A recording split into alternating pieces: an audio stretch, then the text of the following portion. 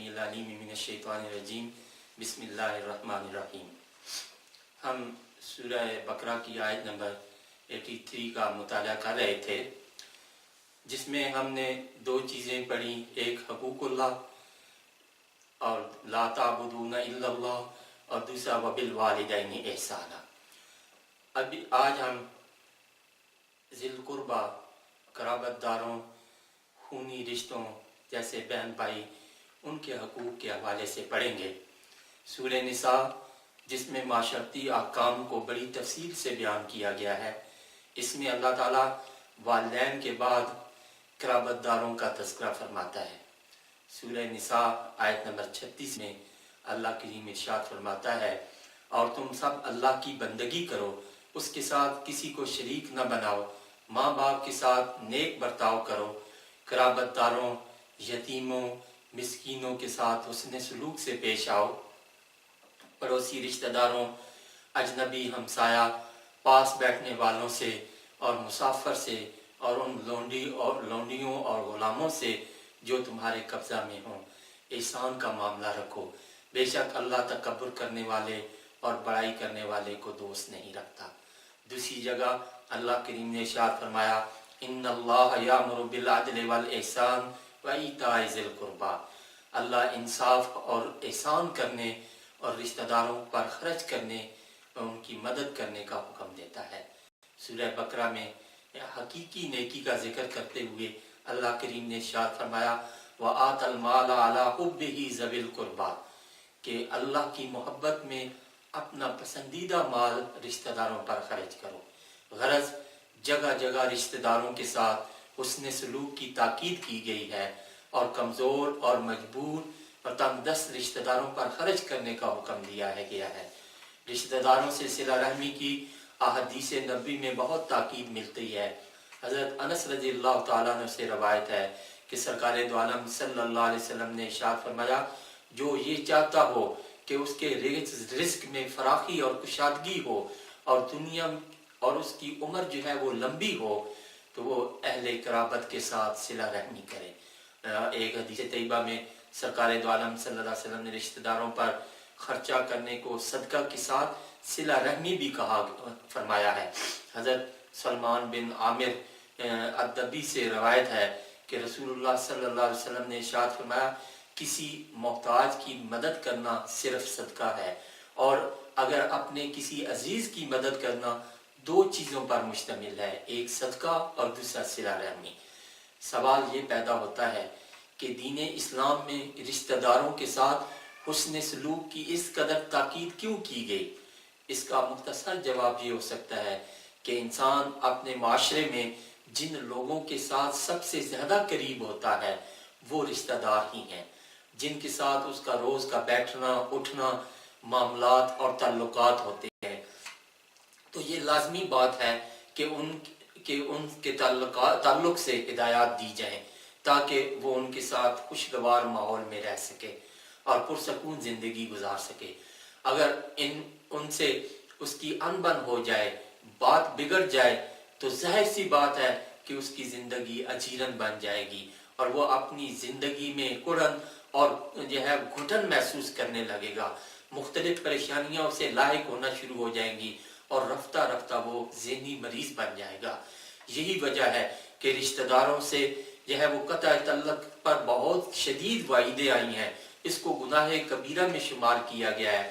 قرآن کریم میں اللہ تعالیٰ اہل ایمان کی صفات بیان کرتے ہوئے جہاں ان کو صلہ رحمی اور دوسرے چیز کے بجا لانے کے بدلے میں جنت کی بشارت دیتا ہے۔ یتامہ، پھر والدین، قریبی رشتہ داروں کے بعد اس آیت میں معاشرے کے ان افراد کا تذکرہ فرمایا جا رہا ہے جو کمزور ہیں، اور ان میں سے پہلے یتیم آتے ہیں کہ وہ نابالغ بچے جن کے والدین فوت ہو گئے۔ اس میں ایک بات یاد رہے کہ یتیم اس وقت تک رہتا ہے جب تک بچہ نابالغ ہو۔ تو اللہ تعالیٰ نے ایسے کمزور لوگوں کی مدد کرنا بھی اللہ کو پسند ہے۔ سورہ بقرہ میں اللہ کریم نے ارشاد فرمایا، اے نبی صلی اللہ علیہ وآلہ وسلم، لوگ آپ سے پوچھتے ہیں کہ اپنا مال کہاں خرچ کریں، تو آپ صلی اللہ علیہ وسلم انہیں فرما دیجئے کہ جو مال خرچ کرو وہ اپنے والدین، قریبی رشتہ داروں، یتیموں، مسکینوں، مسافروں پر خرچ کرو، اور تم جو بھی بھلائی کرو گے اللہ اسے جانتا ہے۔ قرآن و حدیث میں یتیم کے جن حقوق کا خصوصی طور پر ذکر کیا گیا ہے ان میں سے چند جو ہے وہ آپ کی خدمت میں پیش کرتا ہوں۔ نمبر حسن سلوک، ارشاد باری تعالیٰ ہے وَبِالْوَالِدَيْنِ إِحْسَانًا وَبِذِي الْقُرْبَى وَالْيَتَامَى وَالْمَسَاكِينِ، اور ماں باپ کے ساتھ حسن سلوک کرو، رشتہ داروں سے اور یتیموں اور مسکینوں کے ساتھ اچھا سلوک کرو۔ فَأَمَّا الْيَتِيمَ فَلَا تَقْهَرْ، بس یتیم کو مت جھڑکو، اس کے ساتھ مت سختی کرو۔ اللہ کے رسول صلی اللہ علیہ وسلم کا ارشاد ہے جو شخص کسی یتیم بچی یا بچے کے ساتھ احسان سے پیش آتا ہے وہ جنت میں اس طرح ہوں گے، یہ آپ نے کہتے ہوئے یہ وہ شہادت اور درمیان والی انگلی کو اس طرح ملایا۔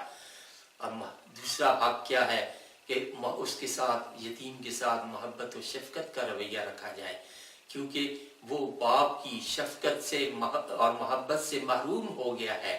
اب وہ اس بات کا حقدار ہے کہ ہر مسلمان اسے پیار اور محبت کا تحفہ پیش کرے۔ ایک شخص نے نبی کریم صلی اللہ علیہ وسلم سے اپنے دل کی سختی کی شکایت کی تو آپ صلی اللہ علیہ وسلم نے ارشاد فرمایا یتیم کے سر پر شفقت و محبت کا ہاتھ پھیرا کر اور مسکین کو کھانا کھلایا کر۔ اس سے ہمیں پتہ چلتا ہے کہ یتیموں کے ساتھ محبت اور پیار کرنے سے دلوں میں نرمی اور سوز و گداز پیدا ہوتا ہے۔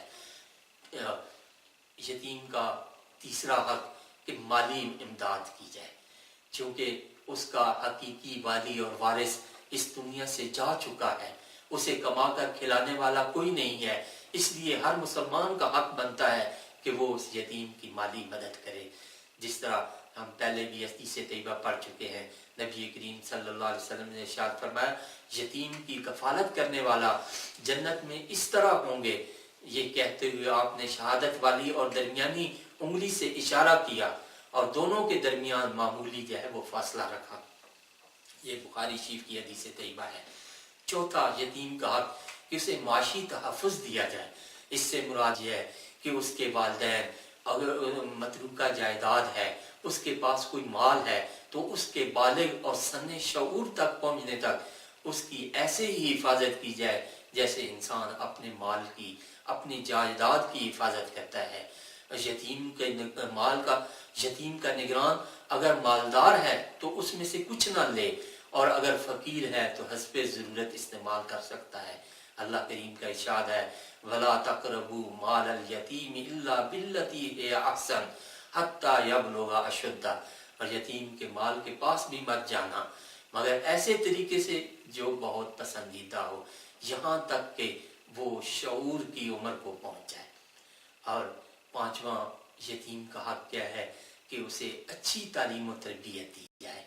یتیم کے ساتھ حسن سلوک، محبت کا تقاضا، محبت کا حق اس وقت تک ادا نہیں ہو سکتا جب تک ہم اس کی صحیح تعلیم و تربیت کا اہتمام نہ کریں۔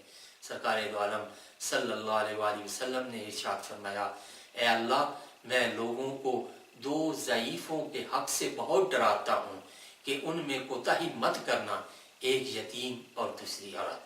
اللہ کریم ہمیں یتیموں کے ساتھ محبت، شفقت اور پیار کا رویہ اختیار کرنے کی توفیق عطا فرمائے، اور ہمیں نبی کریم صلی اللہ علیہ وسلم کی اسوہ حسنہ پر عمل کی توفیق عطا فرمائے۔